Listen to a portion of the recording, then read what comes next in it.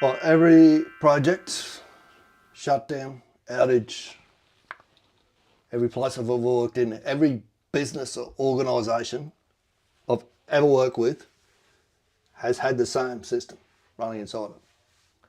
Salam Ismail calls it the corporate immune system. Have you tried to innovate within a large organisation, community group, whatever it is, try and change something, corporate immune system will attack, try and shut down and stop what you're trying to do. Years on years and years I fought against it until I read that Buckminster Fuller quote. If you want to change something, don't start by fighting the existing reality, and I've completely butchered this. Create a new reality that makes the existing one obsolete. That's exactly where I'm heading next week. You're going to learn, you're going to see, we're going to swap from the daily ORCA, we'll still be running the ORCA process. The focus is going to change. There's a very good reason why. There's a job that I'm taking on, which I'm going to announce on Tuesday. And it's about changing the existing reality, what we call project management. It's time to change. But we're going to do it. I'm not going to do it like I've done in the past. I'm coming here to change things, shake things up, do this, disrupt, all the other nonsense. Quietly, effectively, we're going to make the old system obsolete. So we're going to do that, of course, using our ORCA process and the catalyst loop, because that's what it looks like when you start doing this. See the signals, stop and improve things, share the learning, and spread the change. That's how we do it. We're going to run that loop right now. So grab your biggest constraint and we will get into it in today's construction school observation and intelligence meeting. Actually, I'm going to show you what your biggest constraint is right now. And it's one word. And I don't care what industry you work in. And this is not age related or anything else. This one word is your biggest constraint. 100 years ago, if your brain was an iPhone, you would not fill the storage in your entire lifetime. Today, we fill an iPhone worth of information. We consume it as leaders within a week. In 5 years, you will consume a full iPhone's worth of storage in a day. What happens when our iPhones become full? What happens to you as a leader if we're constantly bombarded with information? And the third challenge for leaders in the current digital automation era is attention. Can anyone tell me what the average attention span is of a 20? Write that word down. Attention or focus. Choose which one you want. 3-year-old? Their ability to focus on a single task. Who manages a 23-year-old? Who is a 23-year-old? 9 seconds. For the more gentrified people in the audience, those over 40, you can only focus on a single task. That's me. I'm in the more gentrified section. For a period of 3 minutes. We are literally seeing the homification of the population.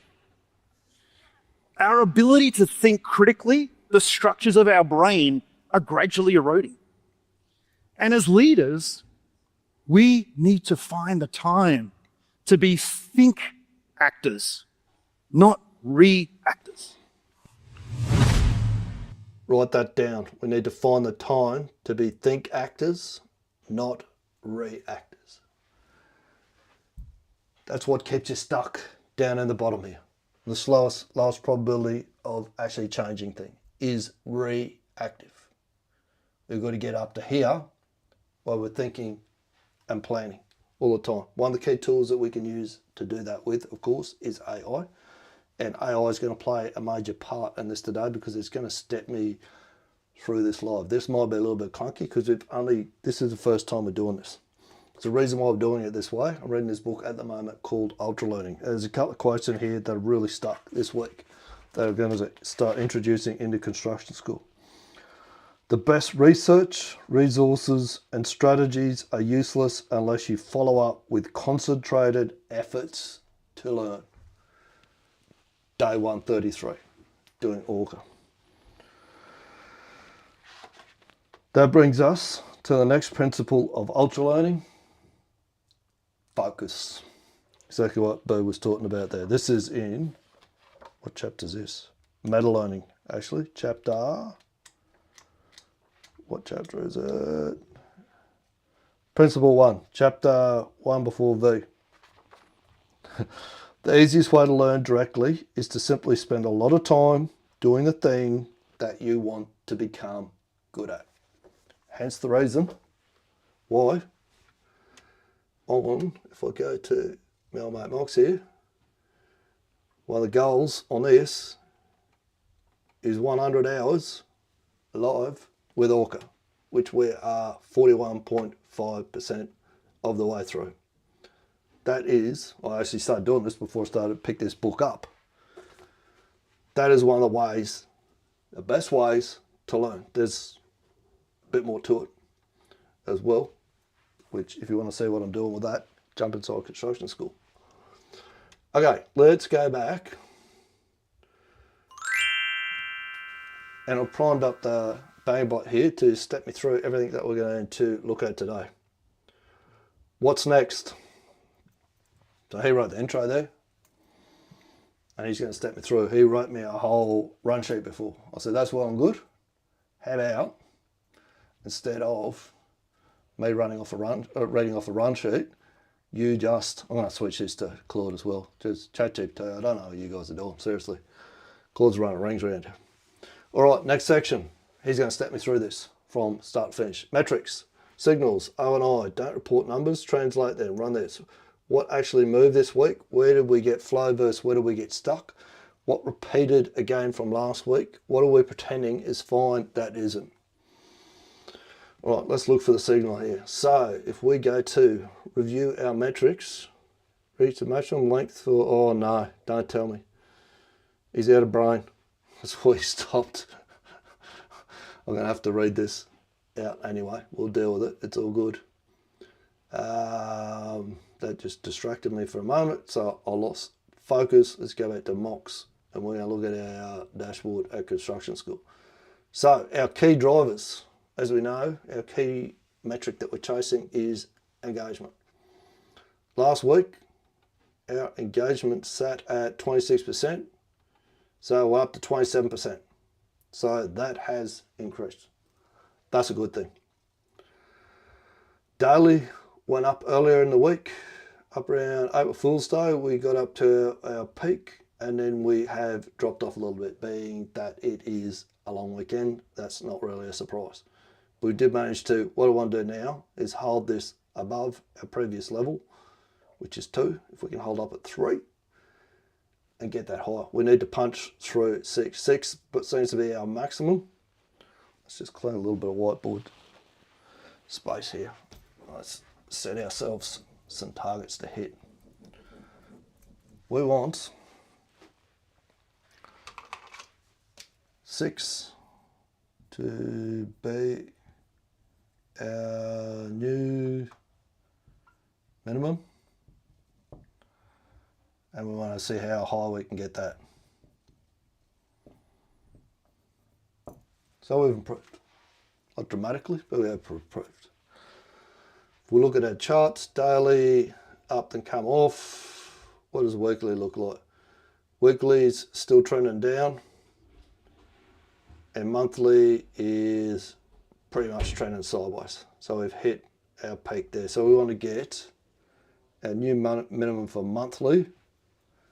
Let's aim to get that above 40.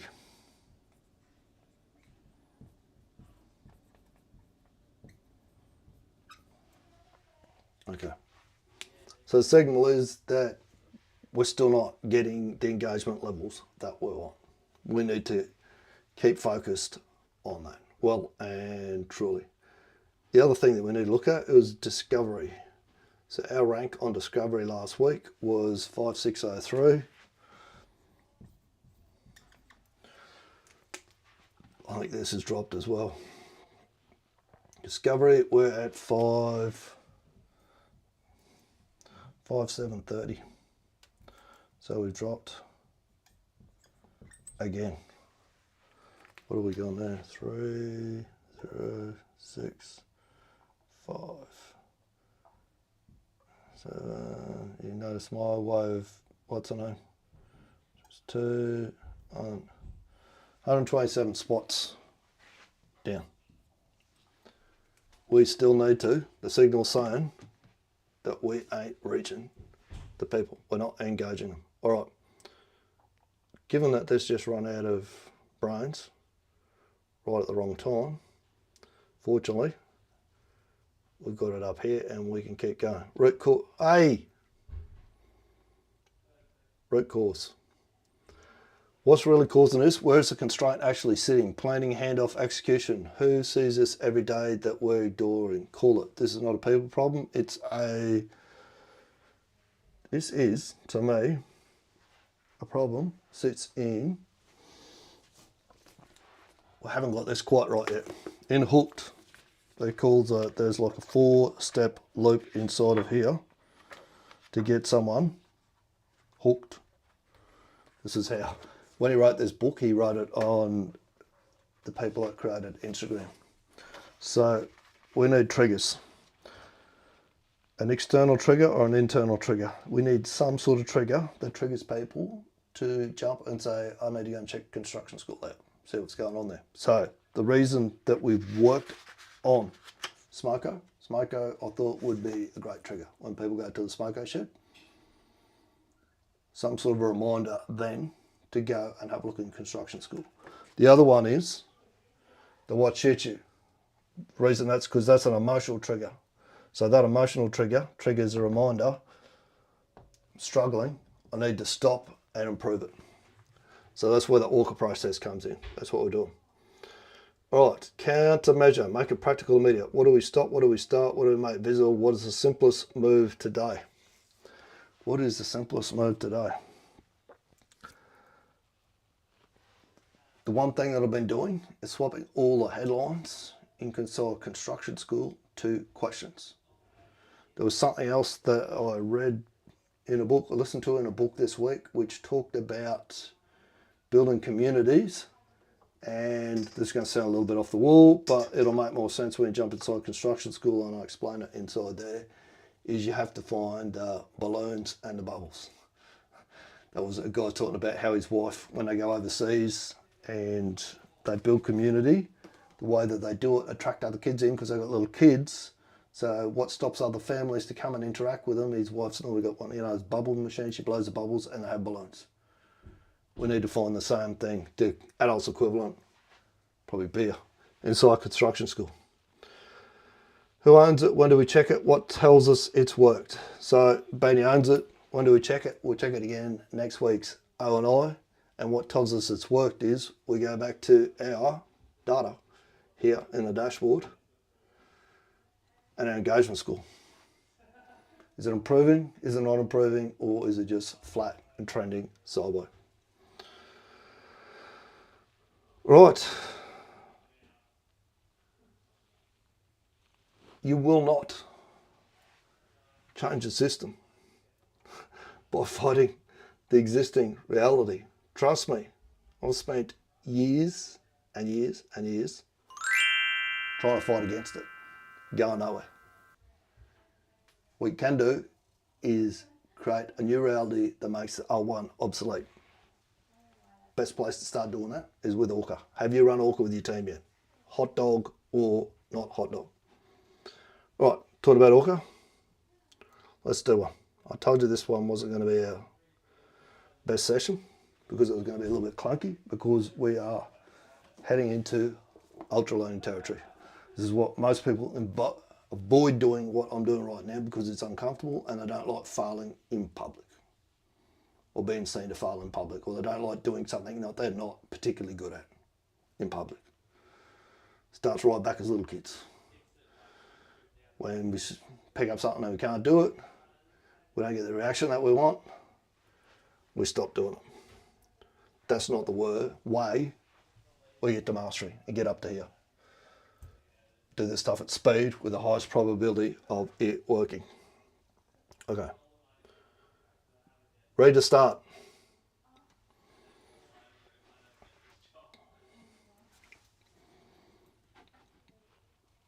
Welcome back to another ORCA Live, April 5. Audience live, debrief, real work, real results. Let's go. Step 1 is the objective. We're locking exactly what we set out to do today. What was the objective today? So the objective was to learn how to use Nano Banana and create a image for the daily catalyst loop.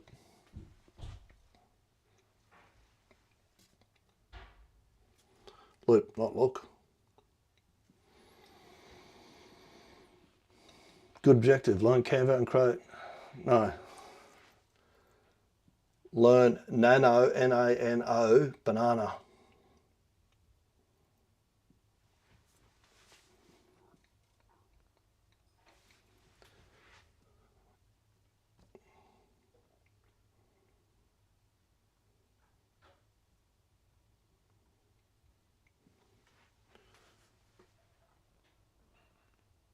Surely knows. Give me a quick description so the audience knows what we're working with. Go and do a quick internet search. You come up with it real quick. It ties to Google Gemini.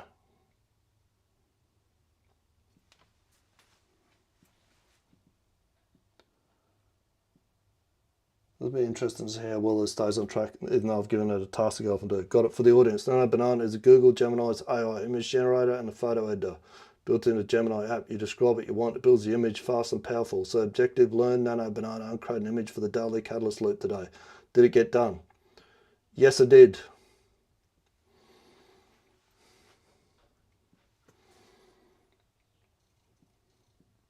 Good, what was the result? Did the image land the way that you intended to? Yes, it most certainly did. I'll post it in the comments of this. I'll use it for the thumbnail for this live as well, but I'll post it in the comment of the live when I'm done.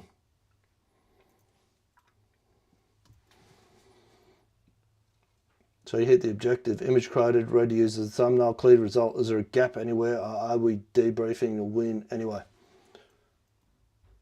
The gap still is, I need to automate this process. There has to be a way, and I haven't quite figured this part out yet, that Claude can, I created Claude code and then had to copy and paste it into there. There must be a way that I can automate that so that Claude just runs off and does it without me having to create a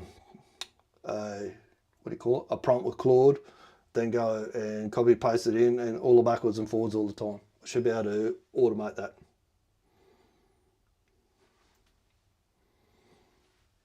What was that? Blurred. Good, so the result was achieved, but the process was clunky. Too many manual steps between Claude and Nano Banana. Why hasn't it been automated yet? Because I haven't figured that part out yet. My part today was to figure out how to actually use it to start with, get started with it, and get that image completed. So I didn't go off track, down rabbit holes, trying to work out how to figure out, get Claude to do it. That's one of the next steps.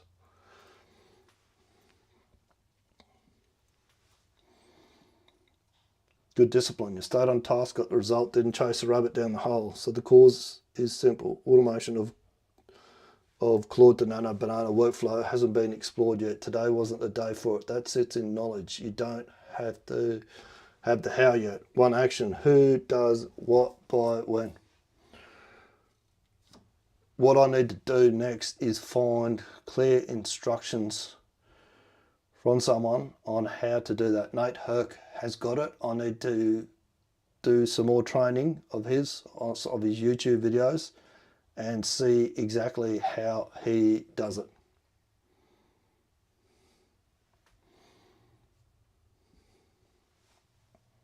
Come back and say, what are you going to do it when? Who does what by when? Good, tightening that into an action. So Beanie needs to spend 50 minutes maximum before we run the next ORCA tomorrow, looking for the exact way to do it via Nate Herc's video.